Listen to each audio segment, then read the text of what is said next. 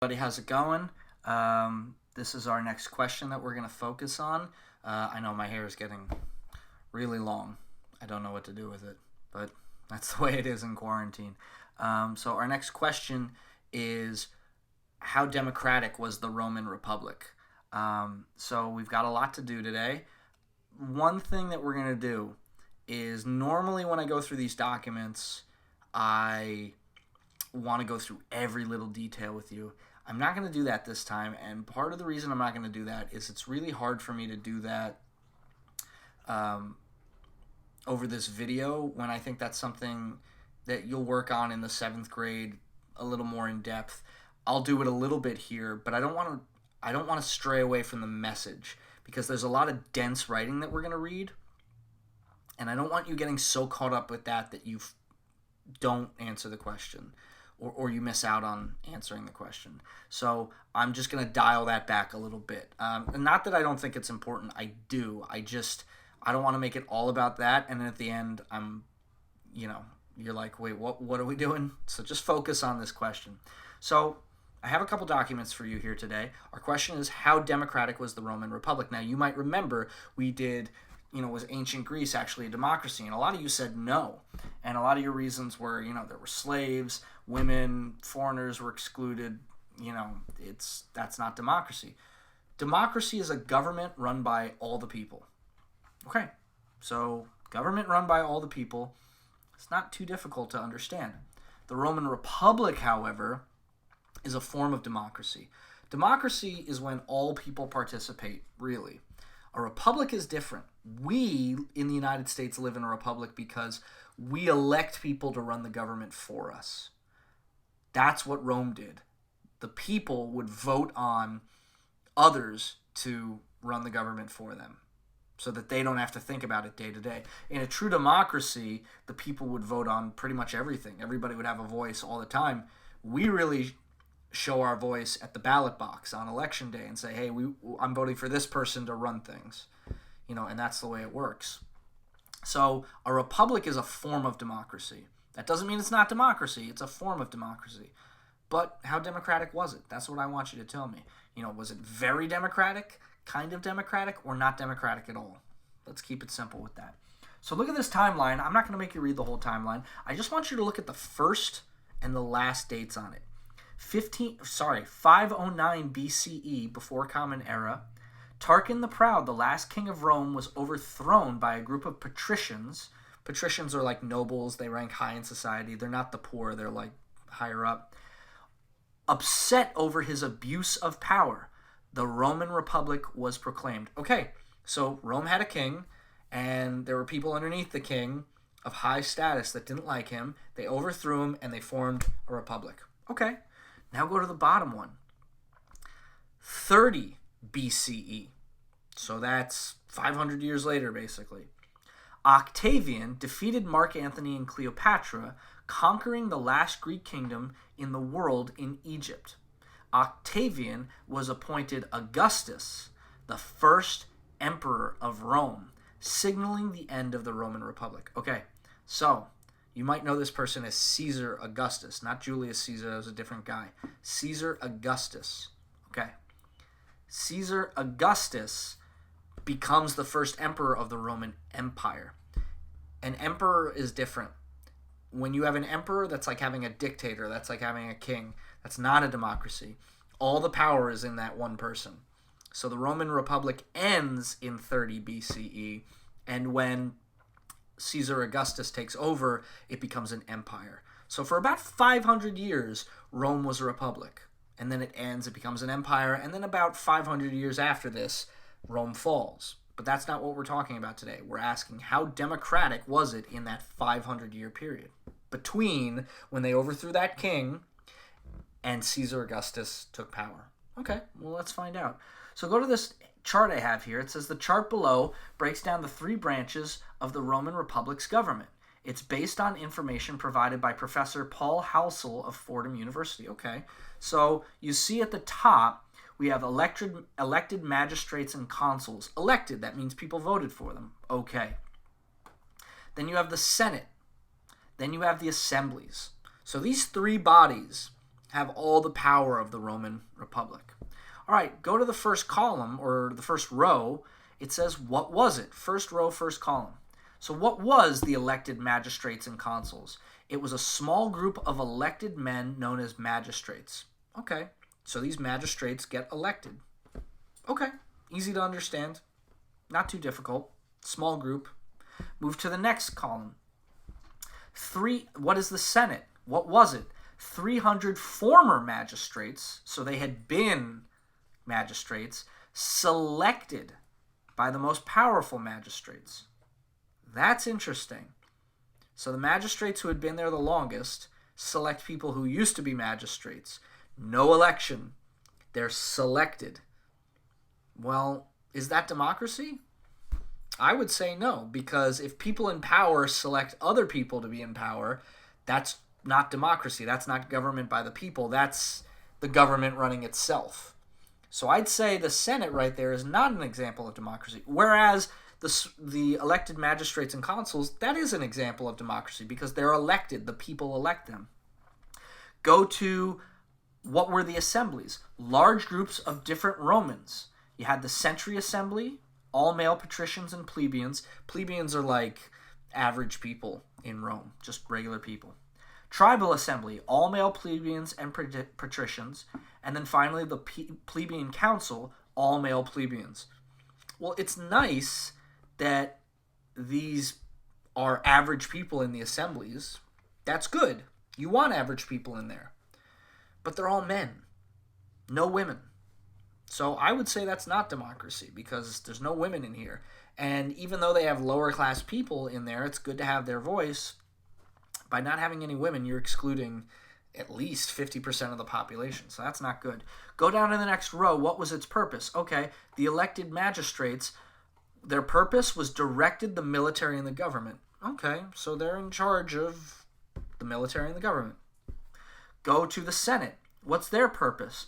Advised the magistrates and assemblies, passed laws and controlled finances. Interesting. So the elected magistrates are like our president a little bit, controls the military, runs the government, and the Senate is like our Senate today, Congress today. They pass the laws, not the president. You know, today the president, he doesn't pass laws. It's Congress who does that. In Rome, in the Roman Republic, the Senate passed the laws, not those elected magistrates. Okay? And they're the ones who controlled the finances. See, if you had an emperor, they do all of that. They make all the decisions, they control all the money. That's it. But this is broken up into different groups, which is democratic. Okay.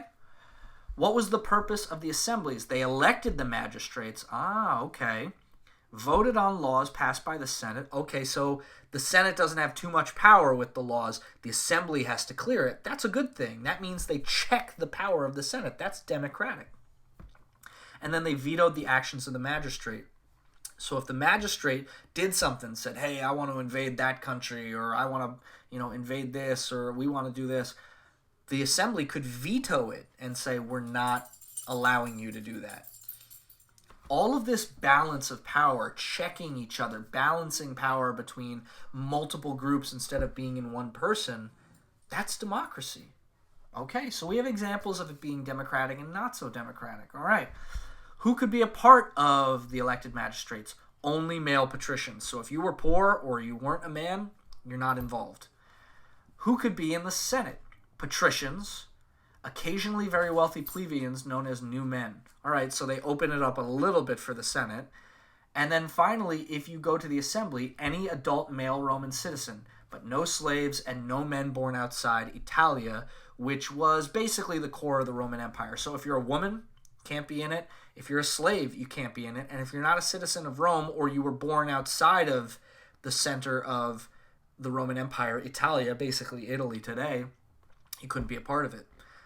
That doesn't sound like democracy because that excludes so many people. So the way that this republic functioned, the what was its purpose part, that's pretty democratic. But in terms of who could be involved, poor people, women, slaves, people not that weren't citizens, people not born in Italy, they were all left out. Now, is it really democracy if you have all those people left out? I would say no. Move on to the next document. Polybius. The following excerpt is the description of the Roman constitution provided by Greek historian Polybius in his book The Histories, written between 167 and 119 BCE. A period of rapid Roman expansion, Polybius greatly admired the Romans, and the purpose of his work was to describe how Rome came to dominate the world. Okay. The Roman constitution has three elements. And by the way, I want to just make it clear. You don't have to understand everything that's in here. I'll explain it to you.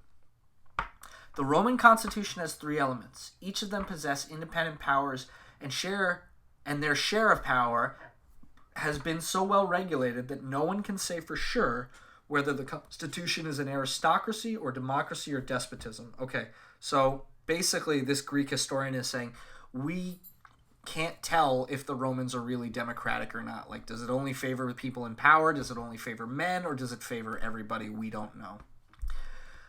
The consuls, magistrates, lead the military and are the supreme masters of the government. They bring matters requiring debate before the Senate. They also call together the people's assemblies and carry out whatever the majority of the assemblies decide. They have absolute authority in running the military and fighting wars and can spend as much public money as they choose.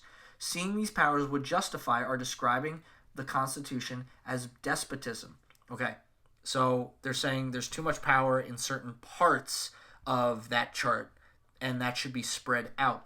So this Greek historian is saying that's not very democratic, because if you were a true democracy, or even a true republic, you'd have the power more spread out.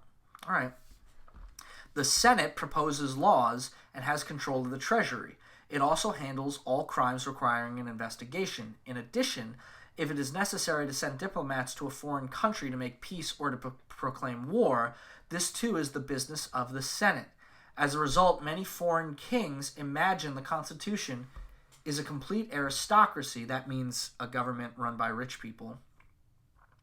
Power held by rich people, because nearly all the business they had with Rome was settled by the Senate. Okay, so what they're saying is the Senate favored rich people too much, and basically the Senate operated in the interests of rich people. Well, if you're only operating in the interests of some people, that's not democracy. After all this, someone would naturally ask what part is left for the people in the Constitution. Yeah, that is a good question. If he's criticized it and saying it only works for some people, what's left for the people here? Or all of the people? There is, however, a part left to the people, the assemblies, and it is a most important one. It is the people in the assemblies who grant office to those that deserve it through elections. The assemblies also have the final say in passing or repealing laws. The most important of all is that they make the final decision on the question of peace or war. These considerations, again, would lead one to say that the chief power in the state was the people's and that the Constitution was a democracy. Okay, so after two paragraphs of saying, this isn't so democratic, it seems to favor the rich, right? That third paragraph, he says, this is a democracy based on their Constitution. Why? Because the final say of spending money, passing laws, going to war, comes down to the assemblies, comes down to the people. So because that third branch, the assemblies, has the final say, it's a democracy. Okay. How democratic is it, though? Is it a full democracy, kind of, or not at all? You decide. All right. Let's go on to our next document. Document B, Professor Fergus Miller. The following text is from The Crowd in the Late Republic, written by Professor Fergus Miller in 1998. The book focuses on the role of Roman people in the government during the final decades of the Roman Republic. Miller is a British historian and professor of ancient history at Oxford University. All right. The Constitution of the Roman Republic made it a variety of democracy. Okay, so right off the bat, he's saying it's not a total democracy. He says it's not something else. It's kind of a democracy. It's a variety. Every adult male citizen, unless specifically disqualified, that means ruled out, had a vote, and there was no formal exclusion of the poor. Free slaves could also vote. Okay, so he says all men who were citizens could vote. And if you were a slave but you weren't anymore, you could vote. Okay, well, what do you think I'm going to say to this? No women and you had slavery. So how much is that really democracy when you have slavery and you don't include women? And you don't include people who aren't citizens, which is debatable.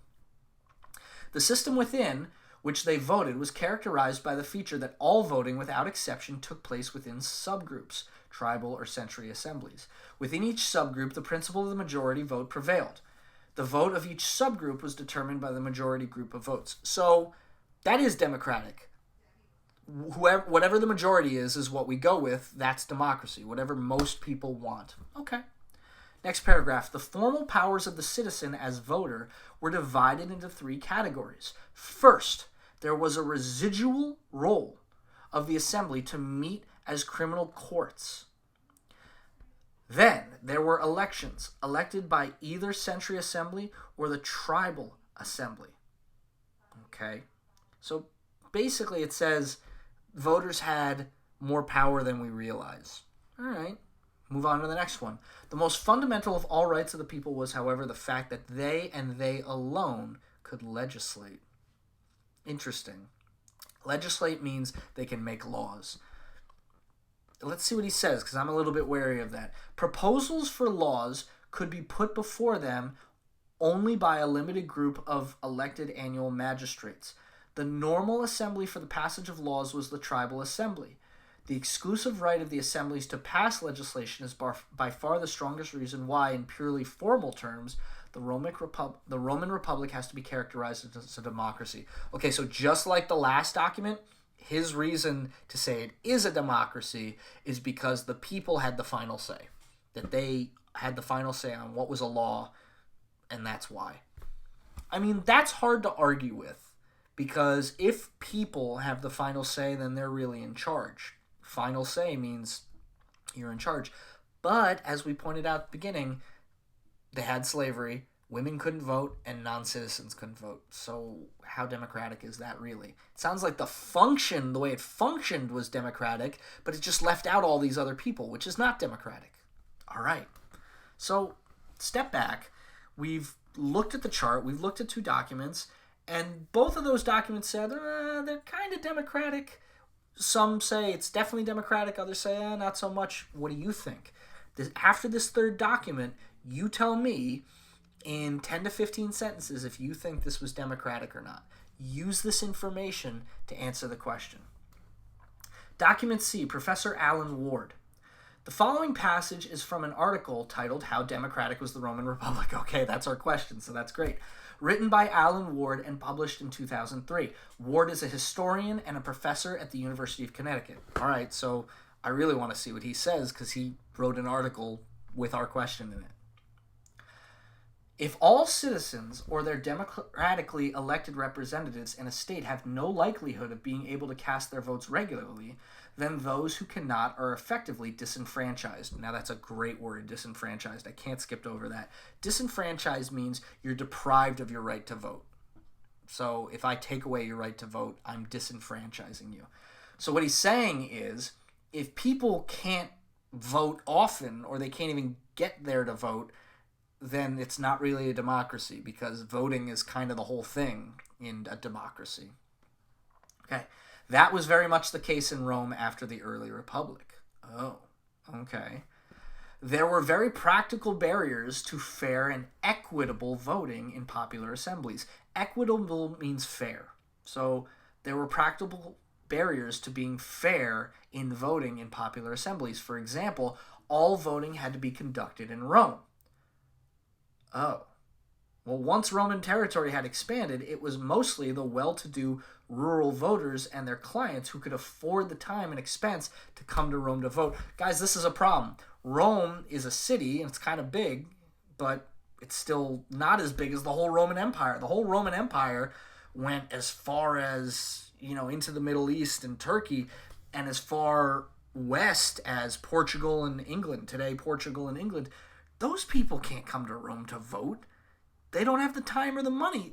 And so what does this say?